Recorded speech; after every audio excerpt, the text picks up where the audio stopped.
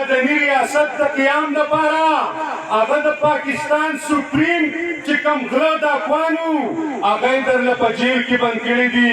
زما دې قسم په خدای که څوک د علاقې یو خان په جیل کې بند کړي، یو نواب بند کړي، زرداري، نواز شریف، میر شکیل الرحمن یو کس دی ملګرو، ما ته ملګرو وې چې دا میډیا والے پکې په څه کې بند کړی دی. ملګرو دغه میر شکیل الرحمن د هندوستان نه په زی ټي وي او داسې نور ټي ویان دي لایې پوکې په دې باندې ډرامې ښیي او په هغې باندې زمونږ زنانه او زمونږ بچي تباهۍ طرف ته بیایي. نو څه کوي دله ګیر کړی دی. ملګرو ډېرې خبرې نه کومه، خو زمونږ یو خان صاحب د پاکستان په مجموعي اقتدار باندې موږ له قبضه کړې ده، انکلوډینګ آرمي، پاک آرمي چې څومره امور دي هغه ټول د خان صاحب د لاسه د خان صاحب لاندې دي.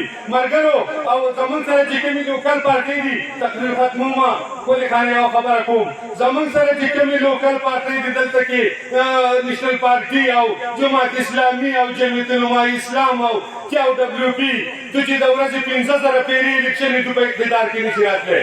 نو ملګرو خان صاحب دله په اقتدار قبضه کړې ده که پښتانه او د پښتنو بچی نو خپلې وینې له ووټ ورکوئ او خان صاحب کامیاب کوئ، محب الله خان کامیاب کوئ. ملګرو په پاکستان کې د مهنګایۍ خبره کېږي، خو د مهنګایي د پاکستان مسله نه ده، دا د عالمي دنیا مسله ده.